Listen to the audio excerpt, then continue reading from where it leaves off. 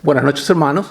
En este día estudiaremos Filipenses capítulo 3 de los versos del 10 al 21.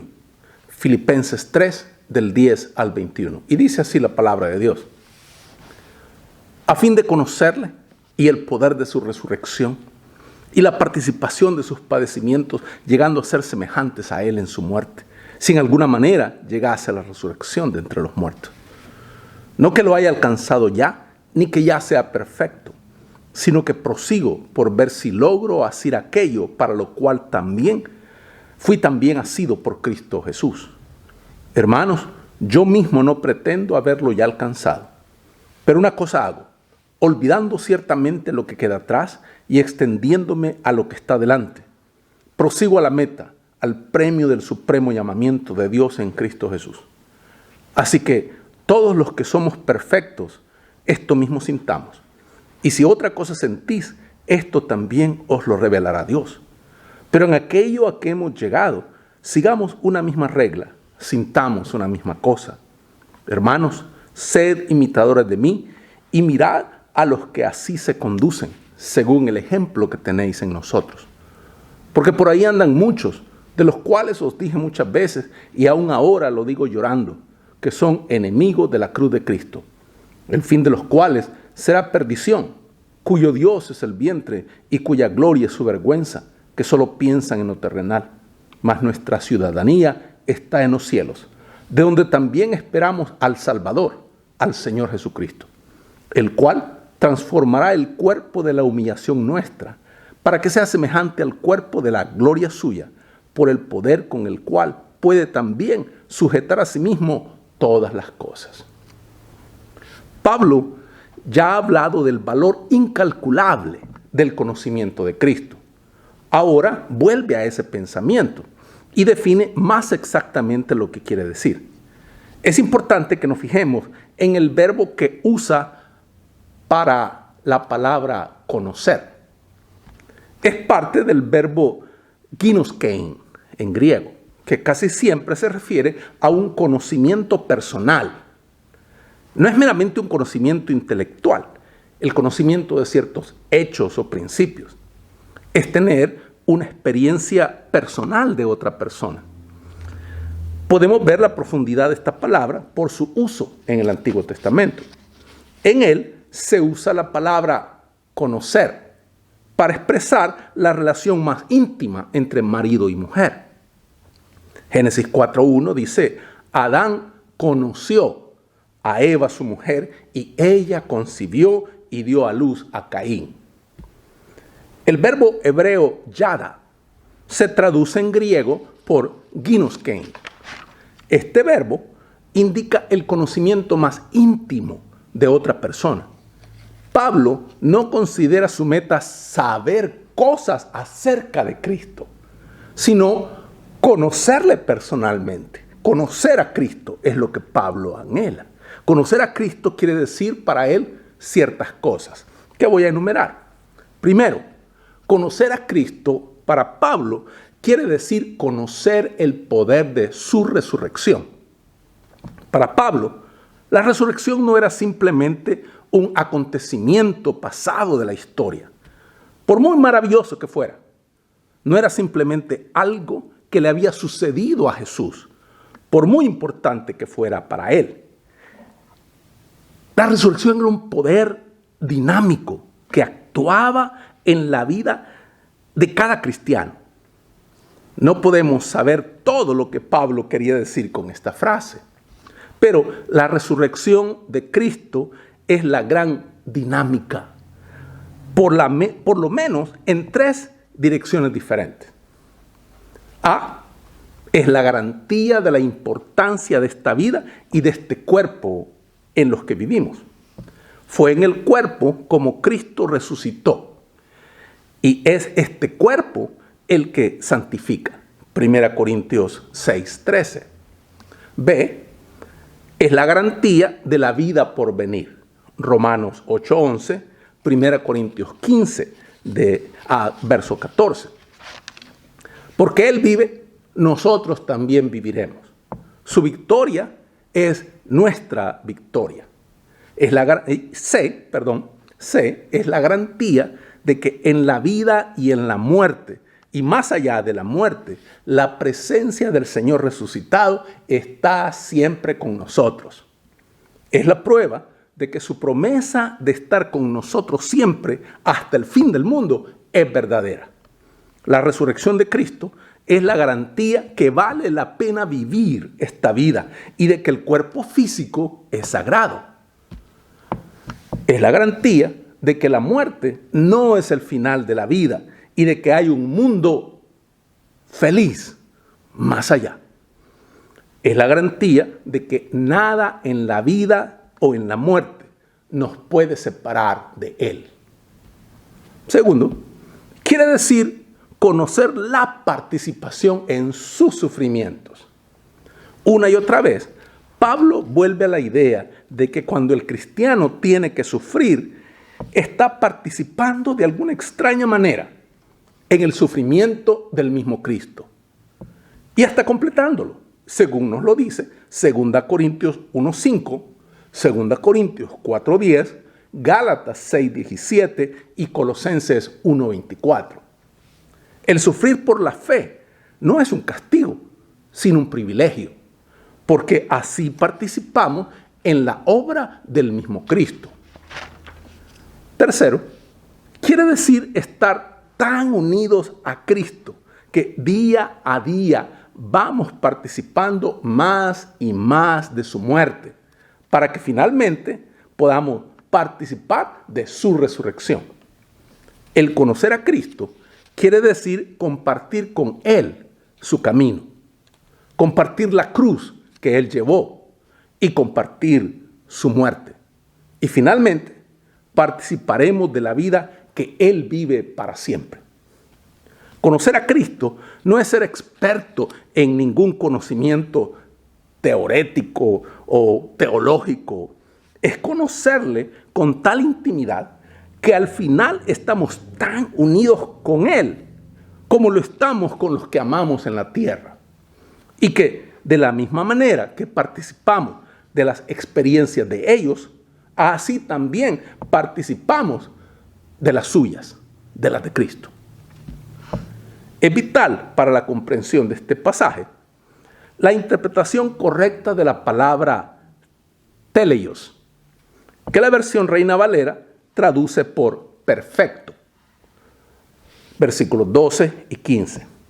Teleios tiene en griego una variedad de significados interrelacionados.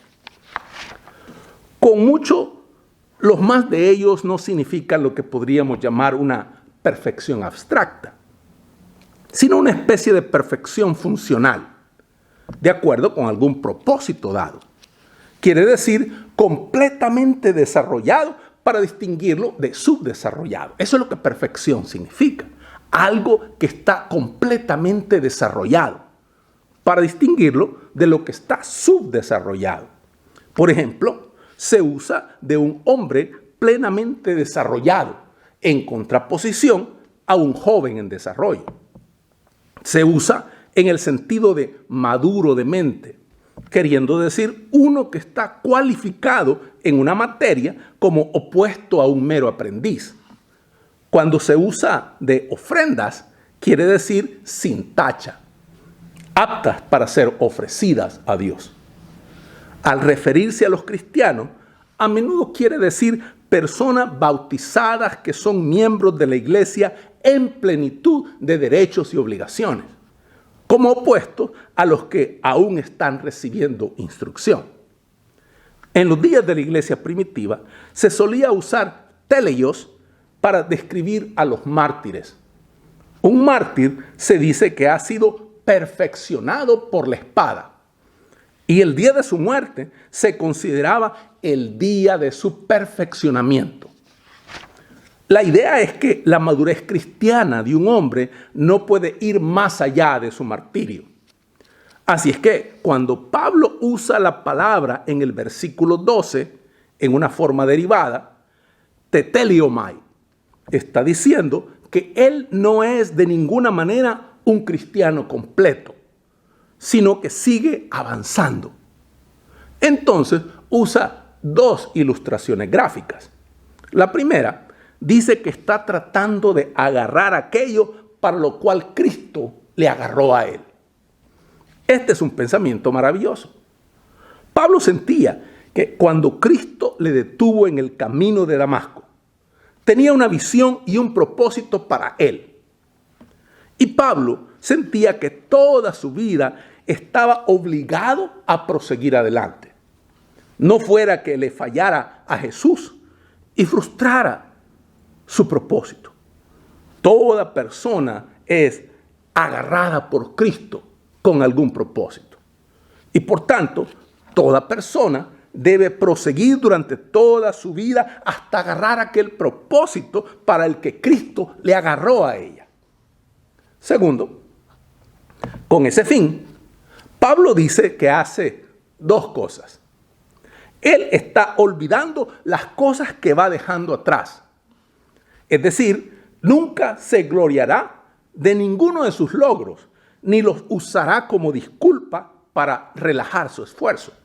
Lo que Pablo está diciendo es que el cristiano debe olvidar todo lo que ha hecho y tener presente solo lo que todavía tiene por hacer. En la vida cristiana no hay sitio para los que se quieren dormir en sus laureles. También está estirándose a las cosas que tiene por delante. La palabra que usa para estirarse, para extenderse, es la palabra epecteinómenos. Epecteinómenos. Es muy gráfica y se usa de un atleta corredor que se estira hacia la cinta de la meta final. Lo describe con ojos que no se concentran nada más que en la meta. Describe a la persona que va con todo y por todas hacia el final. Así es que Pablo dice que en la vida cristiana debemos olvidar cualquier logro pasado y tener presente solo la meta que tenemos por delante. Sin duda, Pablo está hablando aquí a los antínomos. Eran los que se negaban que hubiera ninguna ley que afectara la vida cristiana.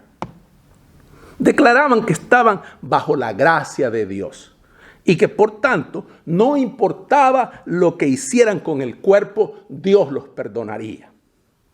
No hacía falta ninguna disciplina ni ningún esfuerzo más.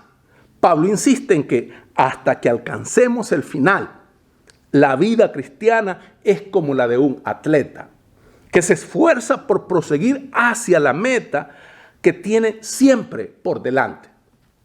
En el versículo 15 usa de nuevo teleios y dice que esta debe ser la actitud de los que son teleioi.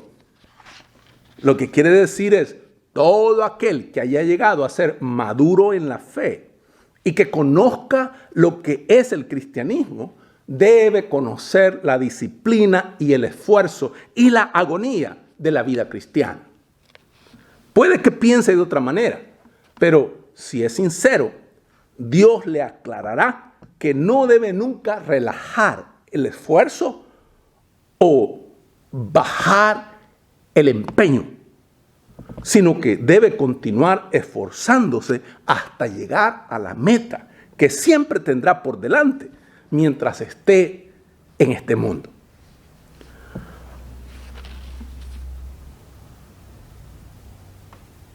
Pablo podía decir no solo escuchen mis palabras, sino también sigan mi ejemplo.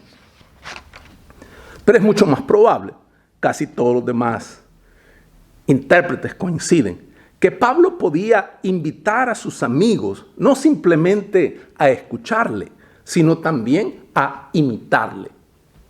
Había en la iglesia de Filipos hombres cuya conducta era un escándalo manifiesto y que en sus vidas daban señales de ser enemigos de la cruz de Cristo. Quienes eran, no estamos seguros, pero está claro que llevaban vidas glotonas e inmorales y usaban su llamado cristianismo para justificarse. Solo podemos suponer quiénes eran. Puede que fueran gnósticos, Y los gnósticos eran herejes que trataban de intelectualizar el cristianismo, convirtiéndolo en una especie de filosofía.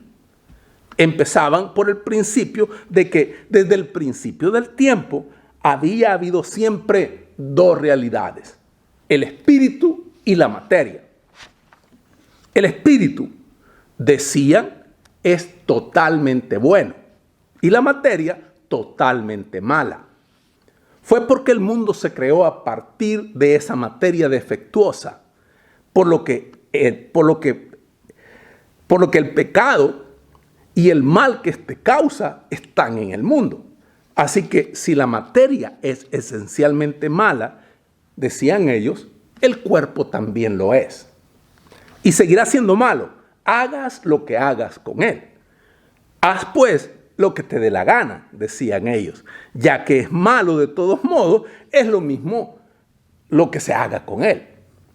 Así es que estos gnósticos enseñaban que la glotonería, el adulterio, la homosexualidad y las borracheras no tenían importancia, porque no afectaban nada más que al cuerpo, que no tenía ninguna importancia.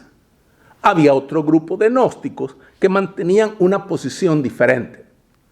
Arguían que una persona no podía llegar a ser completa hasta que hubiera experimentado todo lo que la vida puede ofrecer, tanto lo bueno como lo malo.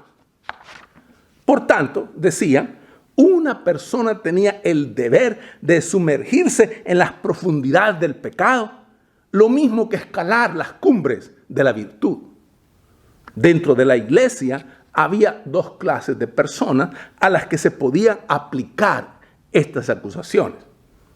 Estaban los que tergiversaban el principio de la libertad religiosa, o de la libertad cristiana, debo decir, que decían que en el cristianismo ya no existe ninguna ley y que el cristiano tenía libertad para hacer lo que quisiera.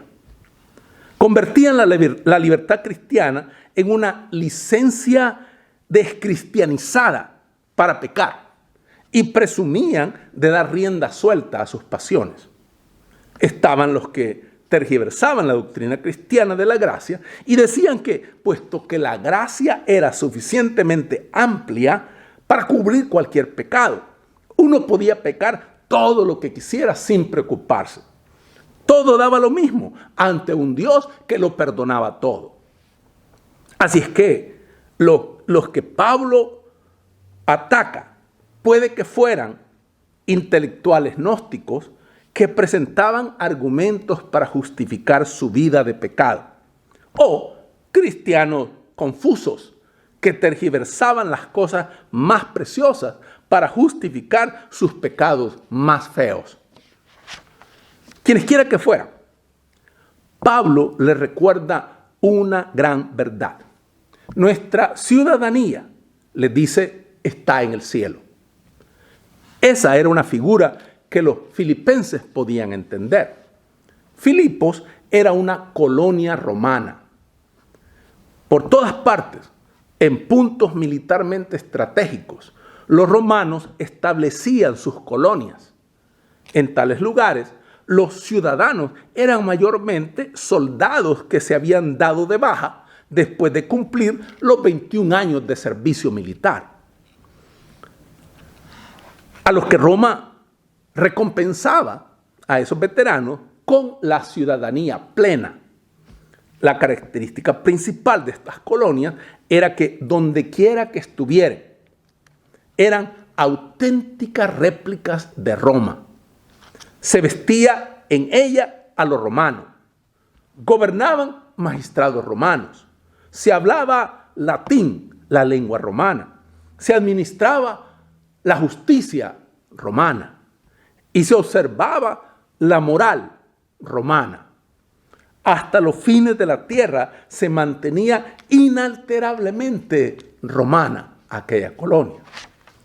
Pablo dice a los filipenses, lo mismo que los de las colonias romanas no se olvidan nunca de que pertenecen a Roma. Ustedes no deben olvidar nunca que son ciudadanos del cielo y que su conducta debe corresponder a esa ciudadanía. Para terminar, Pablo habla de la esperanza cristiana. El cristiano anhela la venida de Cristo cuando todo cambiará.